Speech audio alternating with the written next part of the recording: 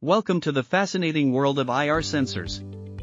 These sensors, also known as infrared sensors, play a crucial role in various electronic devices.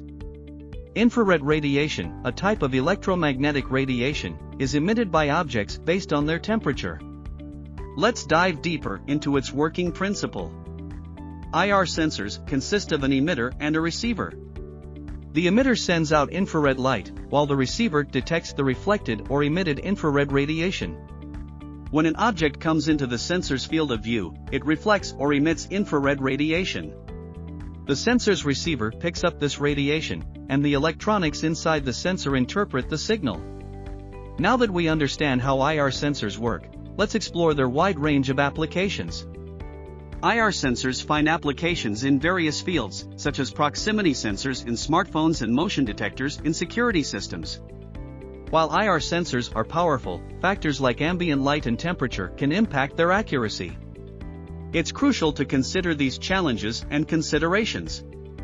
To summarize, we've explored the working principle, applications, and challenges of IR sensors. Now you have a better understanding of how these sensors work. Thank you for joining us on this educational journey.